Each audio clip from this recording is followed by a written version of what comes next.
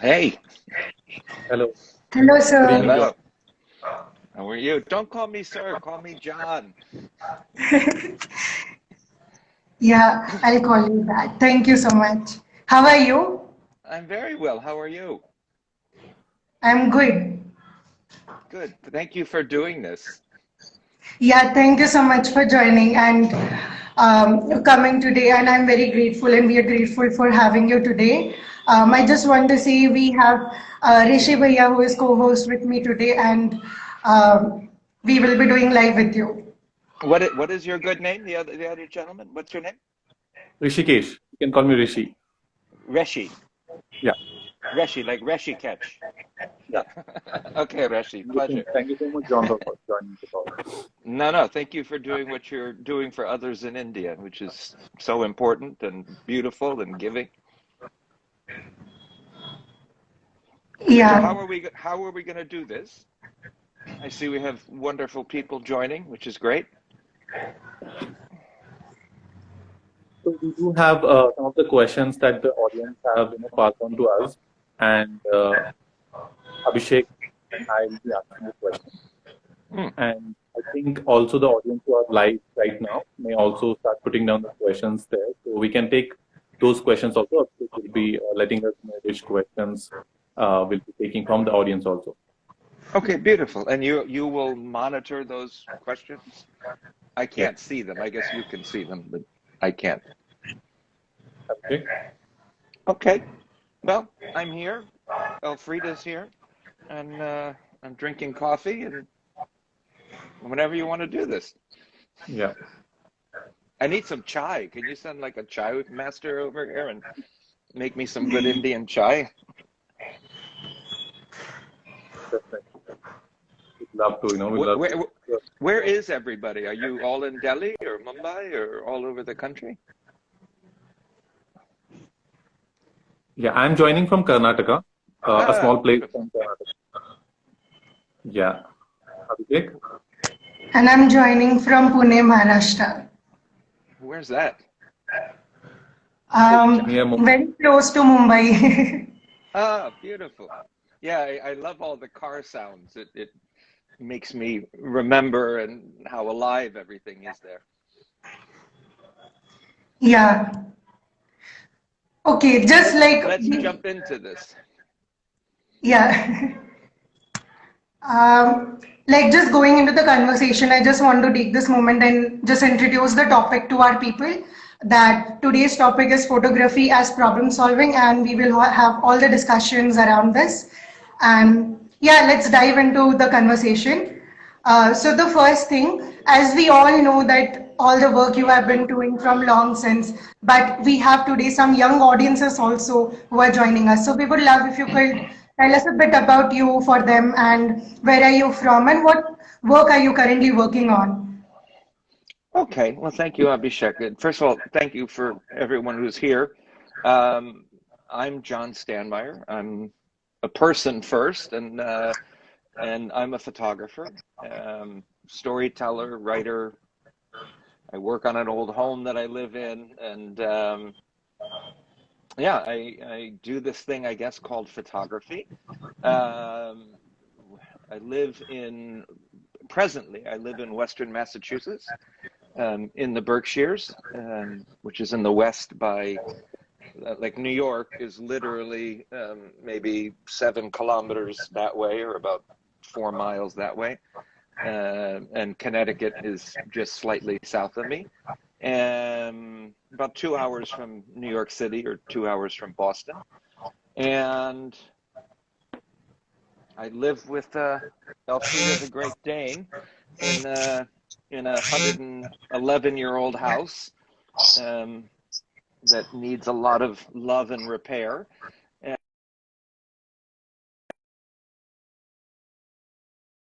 about me. Oh, here's a nice question. Here's a nice comment from Cecilia. I've been following you ever since I saw your. Oh, you're too kind, Maria. Okay, so what did I explain enough? Thank you, John, for that lovely, introduction, and we got to know about your house also. some of the audience would like to know, why did you choose this photography or photojournalism as a career? What was your motivation initially? In reality, photography chose me. I didn't choose it. I had no real direction in life. Not that I was lost or anything. Maybe I was. But in high school, I wasn't part of the yearbook committee, or I didn't even have a camera. And then a series of events took place, like we call life, and I kind of fell into it. But originally, I went to art school, and I was much more, for a myriad of reasons, drawn into the fashion art world. And there were multiple semesters of photojournalism, and I failed all the classes in photojournalism because nobody inspired me to the enormous power and the art of reality. And it wasn't until moving to Europe and working for many years in the fashion side of photography that I began to sort of feel and see the enormity of humanity around me. I was more interested in what was going on in my mind and what I could create. A little too over self-serving, although from an art standpoint, it was limitless and beautiful, so I have no regrets. But it wasn't until a series of events took place that I won't take up everybody's time trying to explain. I've explained it on some IG stories recently of my Ask Me Anything series, so you can find that there. But really, it was life that brought me into photography, and definitely in what I've been doing now for 20 some years, maybe a little longer, the art of indisputable reality. Amazing. Thank you so much for answering that. And I really loved that line when you said that photography chose you, and that's just so amazing. I just want to take one more moment and tell our audience that if you have any questions, then use the feature of question mark and put your questions down. We will be taking them after this in Q&A segment. Yeah, let's move to the next question. While you were sharing your journey, I was thinking about what were some of the challenges, initial challenges that you faced? Abhishek, there's challenges in everything. So to touch on one challenge would be diminishing in many ways the beauty and the difficulty, but the beauty of life. Everything's a challenge to get up and say, I'm going to do something this morning. Challenge for you and both of you to put this together, to start your NGO, to empower and educate people who otherwise don't have access to education. Everything is a challenge. So what would be the challenges that I've gone through? I'd almost have to say everything. And in the difficulties, really, I mean, and I guess I really want to bring this to sort of like an India context, because I know your country so well. I've been to India maybe 15 times. I'm actually returning to India when the pandemic eases for another story that I'm working on for National Geographic. But I know there's a lot of difficulties in India. I understand it very well. I'll never fully understand it because I can leave. And that really troubles me, right? And I understand the sort of the patriarchal structure for limiting opportunities for women, which needs to be dramatically changed across our planet, but definitely in India as well, including in this country where I live. And I also understand the economic difficulties within India to say, well, I really want to do something, but how do you do it? How do you lift yourself and move yourself forward in something that you really want to do, but how do you survive and even have shelter, let alone food on the table? So the challenges that everyone faces can be really heavy. And if you are feeling a challenge, which we do every day. There's like a buzzy sound somewhere, like a bzz. You guys hearing that? Some kind of little buzzy thing. If the challenge, and if you watch some of my Instagram Ask Me Anything stories, people get lost in the equipment or feel that I can't do something because I don't have the best pencil to write, my novel in, or I don't have the best hammer to build a boat, or I don't have the best, one of my favorite analogies for a camera, I don't have the best soup spoon to make soup, or I don't have the best stove to make chai or dal or something like that, right? I'm talking to you, and I don't know what you're talking to me on here, but I'm talking to you on an incredibly powerful camera that happens to have Instagram on it, that I can order chai from a chai master down the road and have it delivered, right? And this camera is incredibly powerful. So one of the greatest difficulties should be trying to diminish what we can't do and look at what we can do. Hey, we have somebody from Van, Turkey. I've been to Van.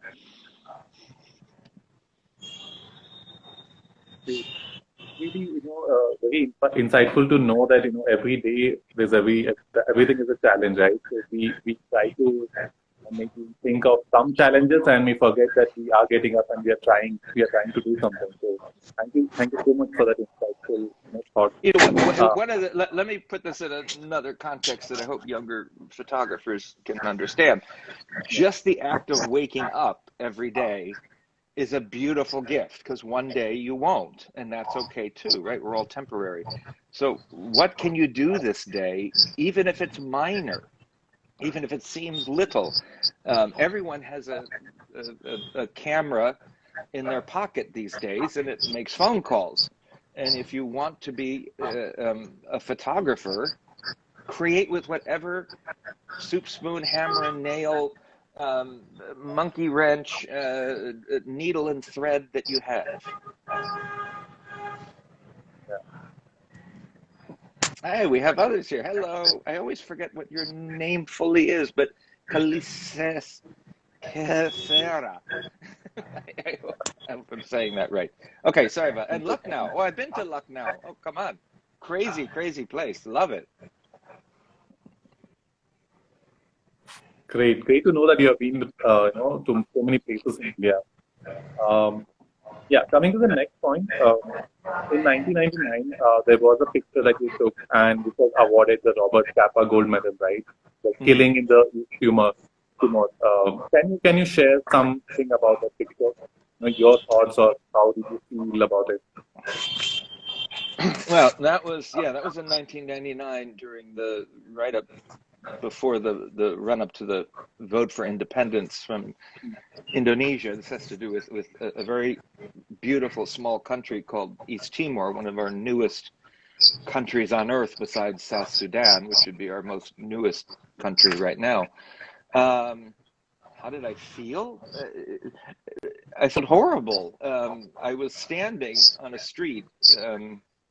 There was protests going on, right? There's been a multi-decade independence struggle by the East Timorese for independence. It has been a part of Indonesia since independence. It was a Portuguese colony for an incredibly long time. It's very different than the rest of Indonesia, and they have their own language, their own culture. On the exterior, I know we always love to divide ourselves. We're all just people, but on the exterior, they look even a little different than Indonesians. And they wanted to have independence, and there I was standing with Indonesian military and police, and then pro-Indonesian supporters. There were quite a few, but not that many as compared to the hundreds of thousands who were wanting independence. And there was this young man named Joaquim Bernardino Guterres. He was barefoot, had a rock in his hand only, was wearing a baseball cap, or like a cap with the symbol of the independence leader, Xanana Gusmão, on his hat, and he was trying to run away from the police. And I just happened to be at the wrong place at the right time, or the right place at the wrong time. And he was running, and a Indonesian police officer, or military attaché, pulled up his AK-47, or a very large rifle. I don't know much about guns. And as Joachim was running, he put a bullet in the back of his head. From a technical standpoint, it was kind of strange. I don't use long lenses, but I had an 85-1.4 lens on, and it was a manual lens. It wasn't like, I think there were some, autofocus lenses, and miraculously, I somehow kept it in focus. And it's just a series of images, tragic images, right at the moment that he's about to be shot in the back of the head. And then the next frame is of Joachim lying in a horrific puddle of blood from his body. It was. I've seen, unfortunately, too many things like this, but it was right. It tragically just occurred right in front of me. And again, there were one or two other photographers nearby.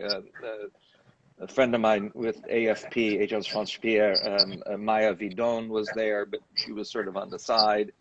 Even the daughter of a former president, a writer, was there as well. She's now a political party member in Indonesia. So a few of us witnessed it. I just happened to be, for whatever reason, standing in a spot where it all just occurred right in front of me. So, it's things you don't want to see, or that you don't want to witness, that you definitely don't want to have happen to anyone. But we need to understand and hold those accountable for it. And when that occurred, CNN, I was working for Time magazine then, and CNN and Time were I think joint owned or something like that. I don't know. And CNN ran it on television, the series of pictures, and it created a tremendous amount of pressure for the Indonesians to fulfill the mandate of allowing people to peacefully vote for independence. And thankfully, a few days later, they voted and they gained independence. Thank you so much for how you at that moment. It's kind of difficult, I understand, when you're standing in front of the incident that's happening, and what you can do is cover it, capture it. So, thank you so much for that. It's kind of maybe this isn't a good analogy, but if a tree falls in the forest, does it make a sound if you're not there? And how many people have lost their lives fighting for something, and not even fighting like bullets or knives, but just standing strong for something they believe in, and who have been killed in that act of what is right. And how many people have we lost that we've never had any reference or moment of history to glaringly show the wrongs that we do to ourselves and to humanity. Yeah, that's right. It's a right to protest is universal. Exactly.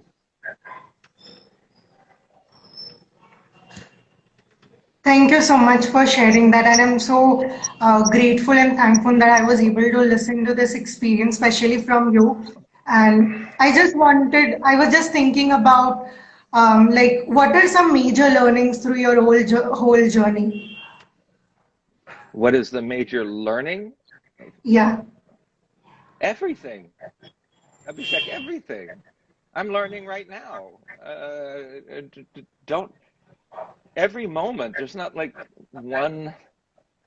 one thing. Maybe you could say, be fascinated and interested and intrigued and question everything. There's not one. There isn't an answer to your question, because if it would be an answer, it would be too limiting. I don't want to. There's an unending act of learning. It's effervescent, it's perpetual. It's how we move forward as a society, as you, my brother, and I'm your brother, and here's somebody commenting, who is a female, who's my sister, and how do we propel ourselves forward? That comes from learning about commonality, learning about the environment, learning about being kinder to ourselves and to others. It's so everything and anything and everything, there's not one. It would be too limiting. Somebody asked earlier if I've been to Iran. Yes, I have been to Iran. And sorry, I don't mean to diverge from this, but I'm going to be doing another Instagram Live with a group of Iranian photographers, I think this week or early next. So just a little. And I've never been to Turkmenistan. Love to go. I have some great Turkmeni music, but I've been around many of the other stands. So I don't mean to answer questions ahead of what you're doing, but it's a stream of consciousness that I know these IG stories, you want to give love to everyone. Thank you so much for that interesting point. Right? Oh, you don't have to say thank you. Don't worry, brother. Don't worry. We support farmers, yes. Indian farmers and all farmers. Sorry, go ahead. I was saying we try to box ourselves in major learning, what learning we had, and the interesting point that you shared was everything is learning, right? So every moment that we do is some kind of learning, and that's really important for us to look into and understand what we are learning. Thank you so much for that. Everyone can learn every single moment. Not even can. You will, if you open your mind, right? Really, it can be difficult to do that actually, and open our hearts and be curious. Maybe if I could share one word, curiosity. Okay. Great. Okay, moving on to the next point. Something, a lot of young photographers are joining on this live, and they are going to be, a lot of young photographers will watch this particular recorded live. Any interesting fact or thing, any input from your side for them that they must know before they begin their career or think about photography as a career? Well, like, again, everything, the big thing to do is to try to remove that everything has to be about photography. Because if you put, one piece of that, you miss the bigger essence of what life is, and really to uncomplicate things like photography, or uncomplicate going to the moon, although I have no idea how to go to the moon. The reality is, don't get lost in the equipment. Don't get lost in the tool. Just use whatever tool that you can to carve, to cook, to write, to sculpture, to paint. Doesn't matter the paintbrush or the paint. Paint. There's great graffiti artists that are using spray paint to paint incredible art. So don't get lost in the gear. It's so unimportant. It's the least important. It would be about giving yourself to something that isn't about you, but giving yourself to what you believe in, what you truly want to do. If you really want to open up a chai business, and I love chai, and I would love to have a little chai shop on the side of the road in India.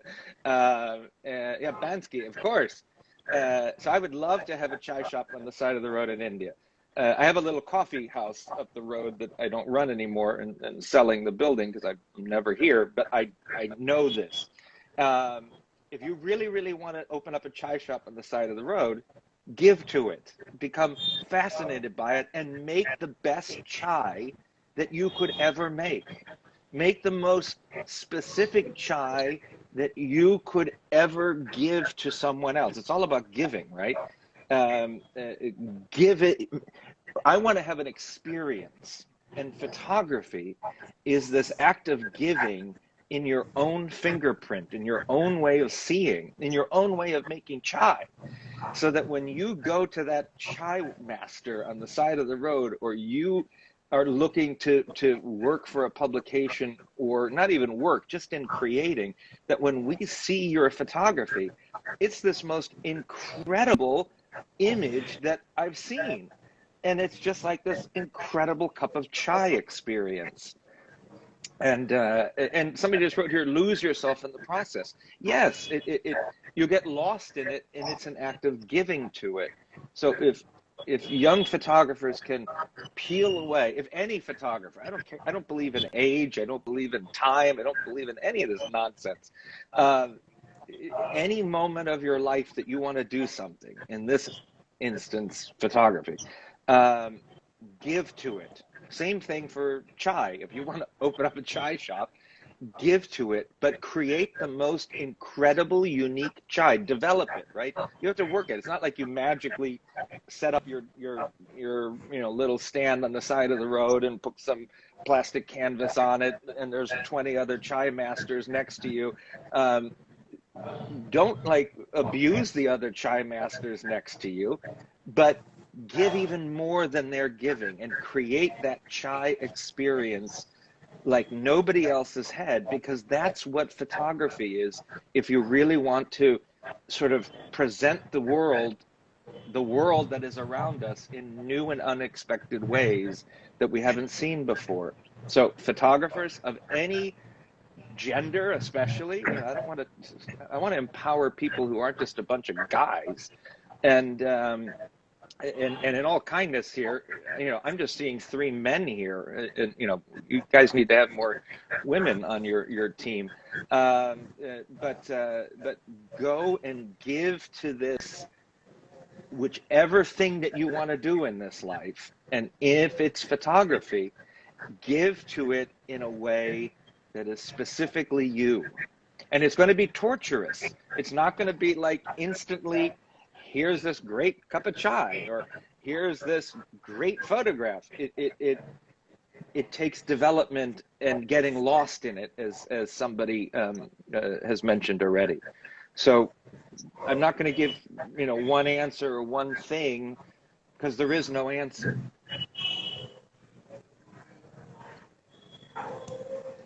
Thank you so much for sharing that, and it's so fascinating. Like, a lot of people are actually resonating and sharing those hearts, and sharing their comments and views on the comment section. And yeah, I'm watching it here, and I've been to Dubry also, and you guys know what happened to Ankita and I in Dubry. So let's work on that patriarchal issue over there, please. And I do hope to come back to Dubry. Cool. Thank you for sharing. I want to move to the next question, which is one of my favorite one. Like, I really want that to be answered. What are some platforms that you that can allow young photographers to share their work with the world? So what is that? Sorry, meaning, are you talking about the Bridging Stories project that I do? Yeah, but like platforms which can where photographers can share their work. So in all kindness, Abhishek, what do you want me to share about that? What do you mean? So Maybe you can there are a lot of there are a lot of photographers who keep clicking pictures every day, right? So if they would want to share their work, other than selling it to some Gitty or websites where they get paid really less, do you think there are good websites or good platforms where they can share their work and maybe take feedback from photographers who have really good experience? Oh, so what? So I understand that. So what can I share about that? Because there's probably a lot of platforms out there. I just don't know them. Okay. You can create your own platform. You can create your own collective. I'm maybe of a mindset that I like to build things. Sustaining them is also really important. Sometimes building is actually the easiest part. It's the sustaining. But in many ways, you can look at the 7 photo agency that I co-founded with 6 other photographers, that you go and have a collective purpose and you create a business model for it. And today it's sort of limitless because we have this thing called Instagram and Facebook and Twitter, and now we have Clubhouse. So I would say try to come together as a collective of a group of like-minded people and create your own platform. India is super advanced in IT and leveraging that power of communication. There is a group, I'm going to try to dig it up from a screen grab that I took, that is out there that is commissioning and hiring photographers' work, but it's going to take me a minute to find it. So if you want to ask me another question, I will scroll through the computer here in desperation of trying to find this. So I hope I don't have a set answer to that, very intelligent, good question, because I don't know all the platforms that are out there. But leverage all of this. When I say leverage, I mean it in a kind way, not like smashing it and breaking it and stuff like that. But give to and leverage this power that we have in this thing that is, in many ways, wrongly called social media. It's really publishing. I've shared this before many times on my Instagram live events and other events. Social media is not social until we interact with each other. Right now, we are having a social gathering on this thing called social media. But if we are not doing this, it's nothing but publishing. So leverage this power to publish. It's not going to bring in revenue right away, but it will create, if you're really giving to it and passionate about it, but I think quite long term, there is an end result. But you really have to give to it.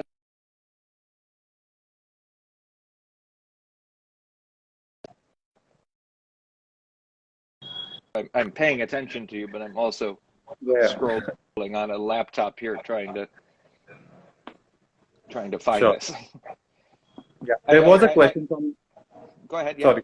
Yeah, there was a question from audience, and we would like to know, about the training program, the bridging stories that you and a couple of other photographers have started. So, do you want to throw some light on how the workshops are conducted even after COVID? Do you also continue giving those workshops, conducting those workshops? Yeah. So bridging stories is started 6 years ago, to bridge peace between to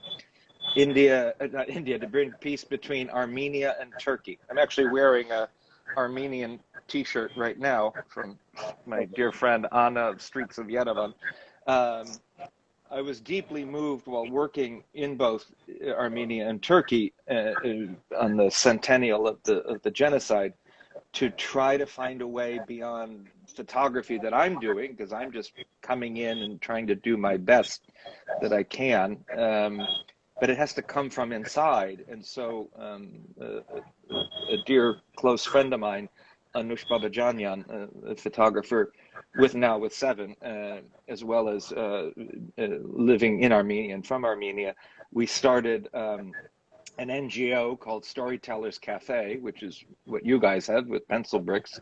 And we started to work with young photographers in Armenia and Turkey for them to tell their own stories about commonality, to bridge peace and understanding between neighbors who oftentimes, at least from a government perspective or a nationalist perspective, are sort of at each other's throats. And of course, it got difficult late last year with Nagorno-Karabakh, a small region in south of Armenia, with Azerbaijan, but I won't go there. But we've been doing this for 5-6 years. We work with 12 photographers in Turkey, 12 in Armenia. We're just sort of curators of it, and we don't do really workshops. We do an initial workshop with everyone to introduce everyone and how they oversee the Bridging Stories account on Instagram. It's all done on Instagram. So leveraging this thing that's wrongly called social media, that's really publishing. And you make incremental change. You empower people from within to make change for themselves. So I would love to bring bridging stories beyond just Armenia and Turkey. I've done it between Israelis and Palestinian communities, and I would love to do it. Are you ready for this? Oh boy, I would love to do it between Pakistan and India. Now, wouldn't that be powerful? Yeah. I know the issues, and I get the history, but you guys both have commonalities. Imagine if you worked on the commonalities and not what divides. That would be Silvan from Argentina, beautiful. So look for commonalities. I would love to do Pakistan and India. We could do it in this country that I'm living right now. We're so divided in the United States between Republican, Democrat, North and South, gun control, and I want to have as many guns as I can possibly have. We've probably always been this way as a species, as a people, but now is the time to find commonality and imagine using this thing called photography, which could be so powerful to actually look at ourselves to find that my blood can go into you and yours into me. We may look a little different on the outside, but how are we different? We're not. And yet we're spilling blood all the time across these invisible lines that we call borders that divide us, that point nuclear weapons.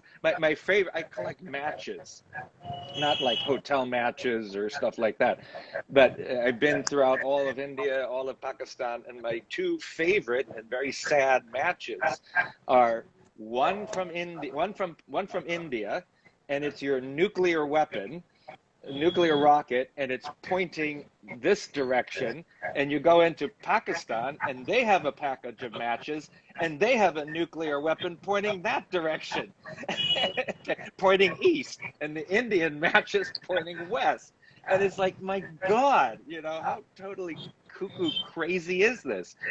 Why don't Indian photographers, I'll work with you on this, bridge understanding, bridging stories between India and Pakistan. You're not going to necessarily solve the problem instantly, but you got to think really long term, because if there is anything, I guess you could say about age or time, is if you can tap the consciousness of a younger generation who become adults, then you have the ability to maybe bridge some peace and understanding. Lovely. Focusing on more similarities than differences is what we need to learn, or pick up these. Yeah, I mean, it's complicated. I know it's not that simple. We divide ourselves with religion, with borders, with language, and we should never all just speak one language. But there's all sorts of things that we try to find to divide ourselves. Imagine if we looked at the things that can unite us, and it's got to be really long term. It's not going to be in your generation, my generation. But if we can continually plant seeds using photography, we have and using all forms of art, or using all forms of chai, whatever it is, we have a profound ability to reduce the tension that divides us, so that we can actually maybe come to a table and find what unites us. By the way, to go back to your question, I'm going to pin it here. I believe this group is on, here's the website. I'm going to type it in for everyone. My thumbs are not good this morning. It's called the Curious Society. CuriousSociety.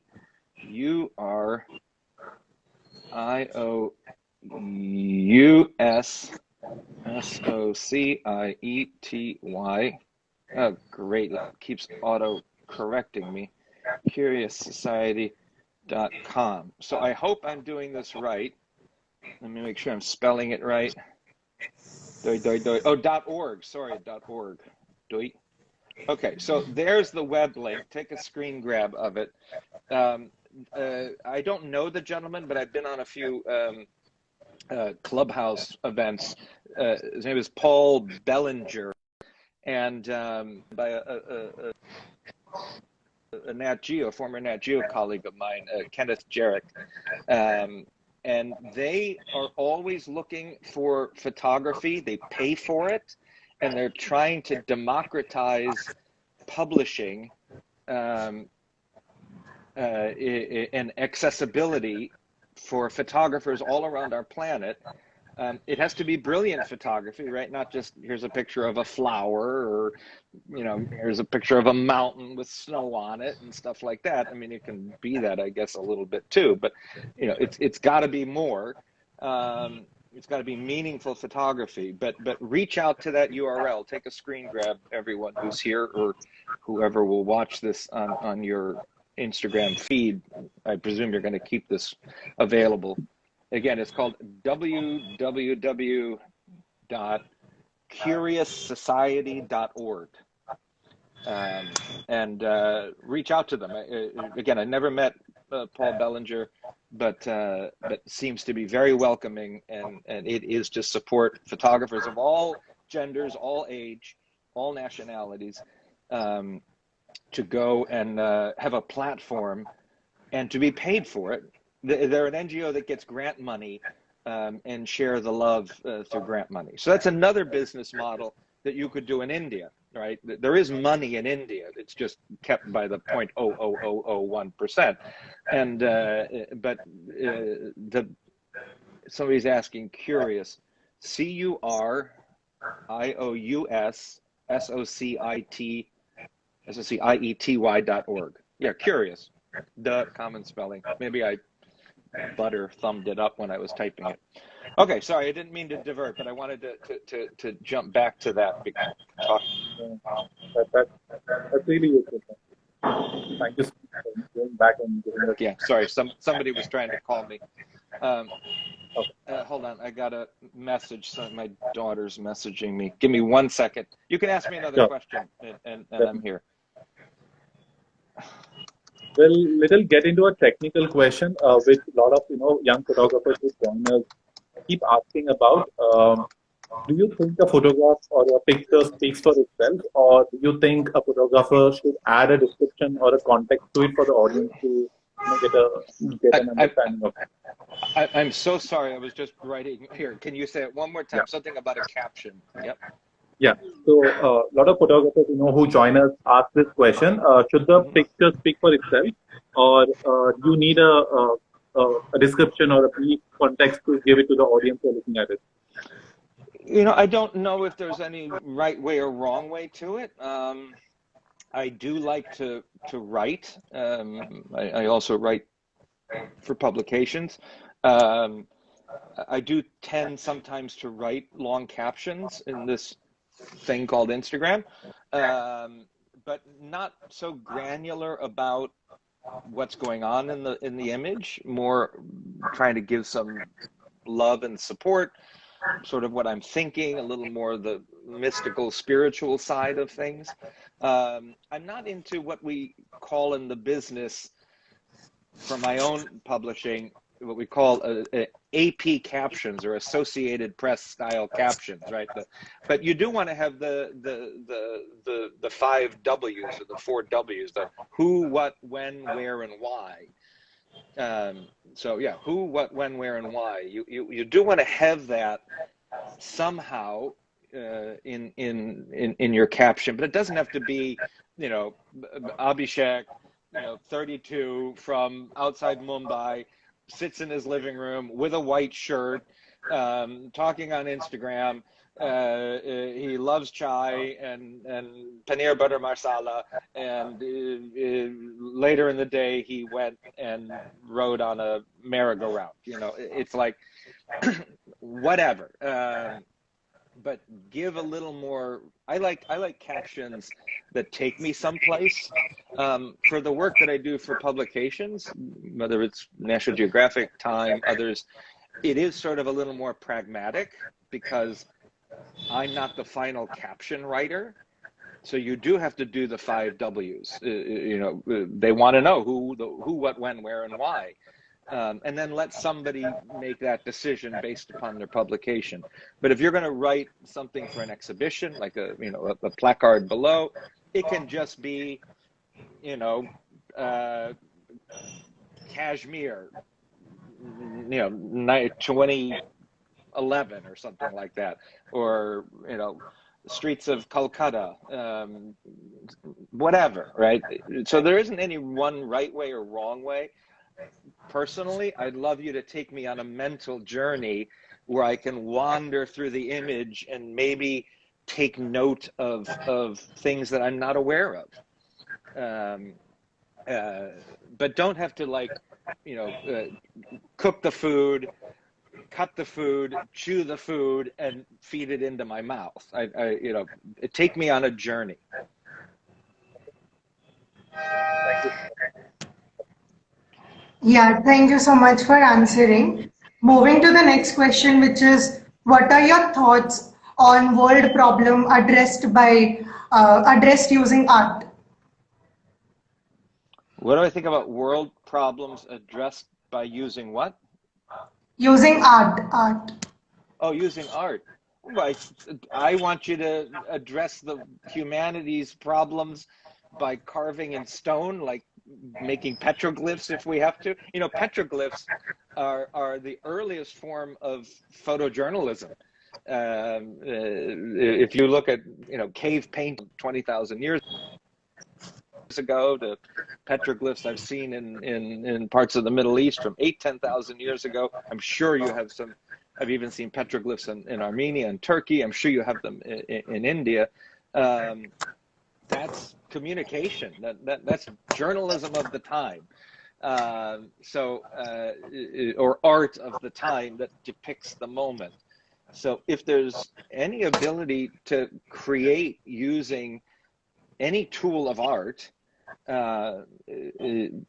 to record the moments that we're in and to make us understand where we are today, where we've been, and Lord knows where we're going, I think it's brilliant. Look, be open to these are really beautiful questions, actually, Abhishek. But a lot of the times we overthink things, and we like want to hold on to something, and then we lose the bigger, magical, limitless possibilities. So, you know, have these things that we're sharing here as something to hold on to, but get lost in it. Take every opportunity to create. Thank you, John, for that. Abhishek, do you want to take some questions from the audience? Are there any questions? There's a bunch of them down here. Have you been copied them? Yeah. Yeah, and there are questions from the question section also.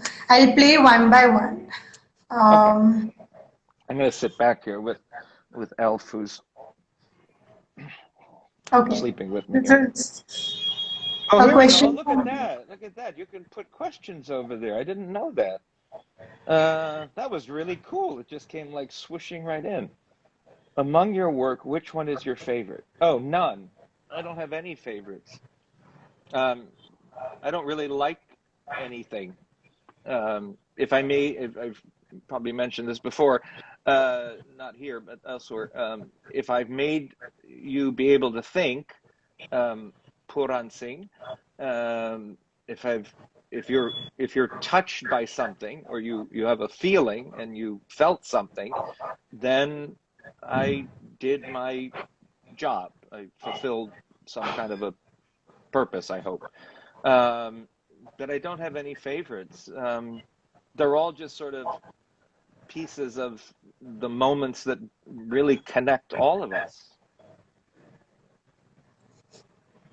Yeah, thank you for sharing. Let's move to the next question, which is again swoosh in like this. It's gonna swoosh in. Wow, look at that! I never knew this. How did you do that? Okay. Oh, Puran Singh, man, this guy's all. I guess it's a man.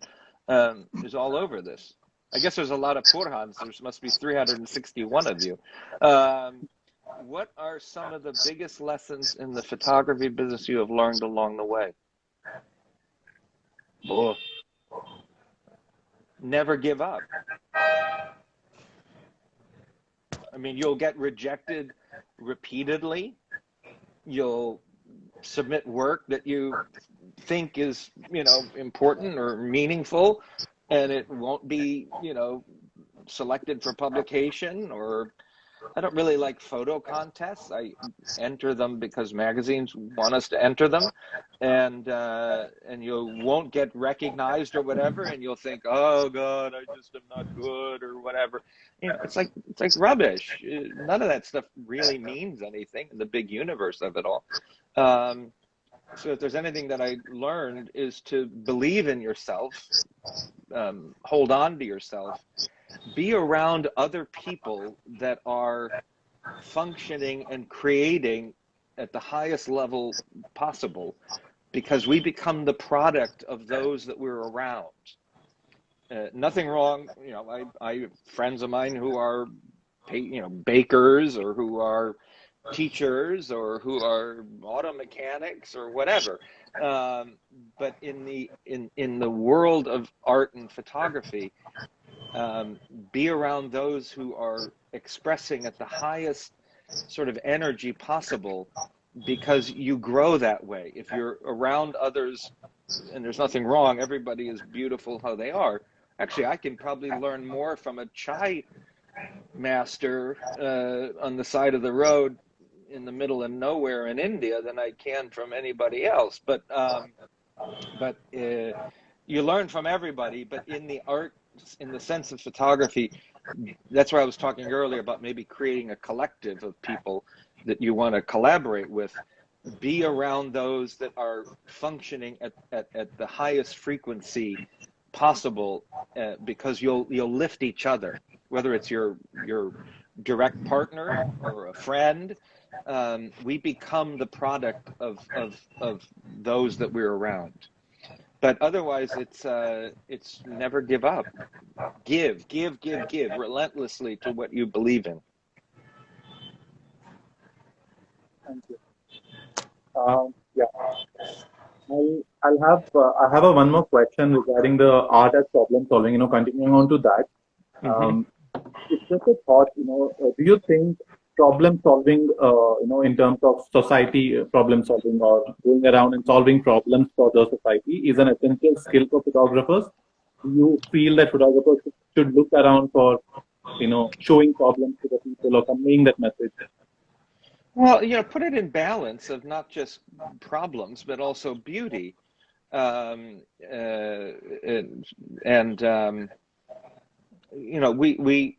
do sort of get desensitized if all we do are seeing images of hunger and desperation. I mean, it happens right where I live. It happens in India.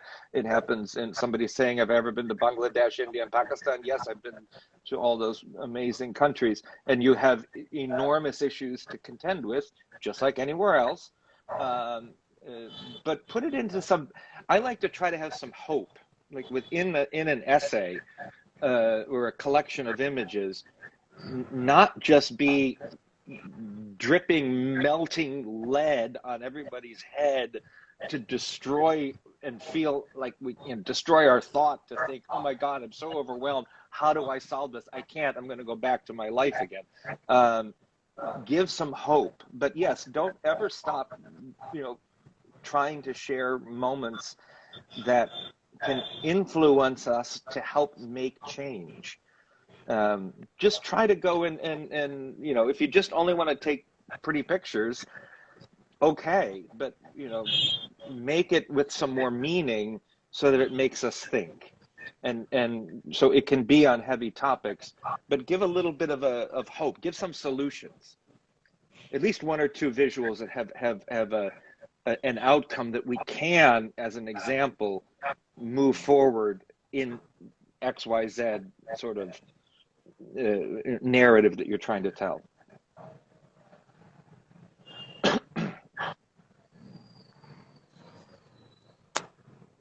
Ah, Bhagalpur. I remember Bhagalpur. Yeah, Bhagalpur is, was one of these places that I saw all the heaviness, and I also, saw a lot of beauty. And so when I was in Bhagalpur, I was only there for a few days.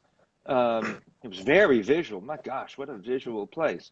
Um, but there's always ways to give a little balance so that you sort of twist consciousness. Cool. For that, problems and hope going hand in hand, right? In everything that we create. So thank you so much for that point. The yin and yang, right? It's there and it's a balance, but try to offer a mystical portal, not even a mystic portal, a reality portal that allows us to go, oh, I didn't know that. I can go and maybe contribute to that. Or I at least have an understanding of it, so when I see it, I don't feel so overwhelmed that I can remember, oh, Abhishek did this story, or Ram Kaval did this story, and those, or Sandra Bin did this story, and it allowed me to remember that there is a solution.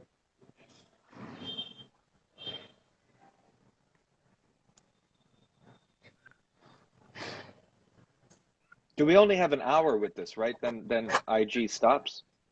Yeah. All right, so we got like 5 minutes. Sorry, I'm rambling so much. No. Yeah, I'll take the last question and then maybe we can conclude it. Photographers usually click multiple pictures and they select one among them. What is that deciding factor for you to see that this is my best picture? Okay, boy, am I going to mess with your head and everybody's head in India and probably South Asia. You will never click anything. If you're clicking, you're not paying attention. Click, click, click, click, click, click, click. What's clicking? I know that's a common used word in India, but you are making images. If you make click, you're sort of diminishing it's sort of like I'm going to click away and I hope this is your question. I hope I have something. Well, if you're going to click, yeah, you're sort of like working on hope. If you're giving to it, you will actually not just be clicking, you'll be giving. So I want to change the lexicon, the wording throughout all of India, because I get it all the time. Nice click, nice click. What's clicking? I know that's an example of the camera going click, click, clicks. Hey, maybe you're using a mirrorless camera and you have the shutter sound off. There's no click at all. I can mute the camera sound on the phone here that I'm talking to you on. You have no idea that I'm clicking, right? Remove that language that you're making. In Italian, to go out and photograph is actually, direct translation would be to make pictures, not click. Not shoot, only gun shoot. You're taking. Photography is an act of taking. So when you're taking in that incredible enormity of kindness of humanity before you,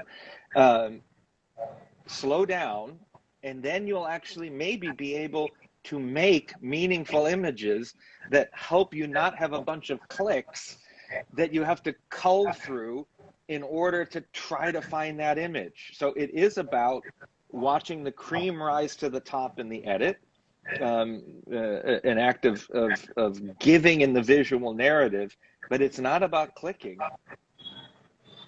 So if you can with pencil brick share to photographers all around India, it's a beautiful, fun, it's a cute word to go click, but you're not clicking anything. You're like making the sound of a camera.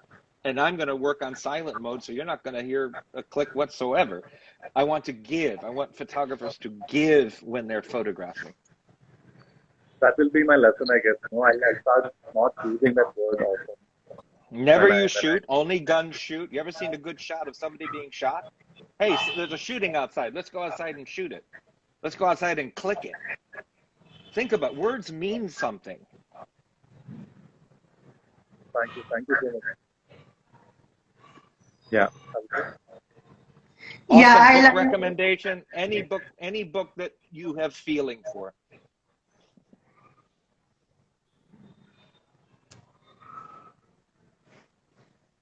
Okay, just let's take the time to just conclude, and I want to ask you if there is any last thought you want to share, maybe something that I've missed out, or anything you want to answer someone. Just dream and believe and give to. You're temporary here. Give to it all and create, make. Be fascinated by everything. Be around those that lift and inspire you, that don't hold you back, that allows you to understand the limitlessness inside of all of us, wherever you are, woman or man, India, United States, Argentina, Siberia. We're all just people on the only place we can live. And let's tell stories about who we are and how we're all here and where we're going. Thank you, John. I have a lot of lessons I'm taking back from this particular conversation. And I hope the audience loved, the sharing, all the learning that you shared, all the tips that you gave them, and the thoughts, your thoughts and your memories also. The photograph of the 1999. It was really interesting to hear everything about it. If you felt something, then I did my purpose. Thank you. Yeah, we did feel. Be well, everyone. Thank you for being here. Thank you so much. Bye-bye. Thank you, sir. Bye-bye. Bye-bye. Oh, and say hi.